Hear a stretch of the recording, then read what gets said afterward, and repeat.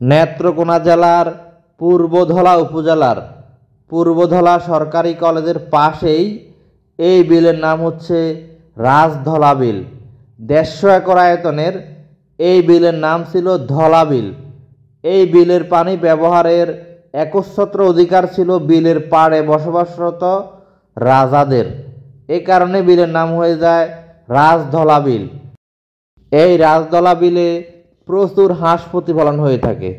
আর এই বিলের একটা বড় বিশেষত্ব হচ্ছে অত্র অঞ্চলের জেলেরা একত্রে দল বেঁধে মাছ ধরার জন্য আসে।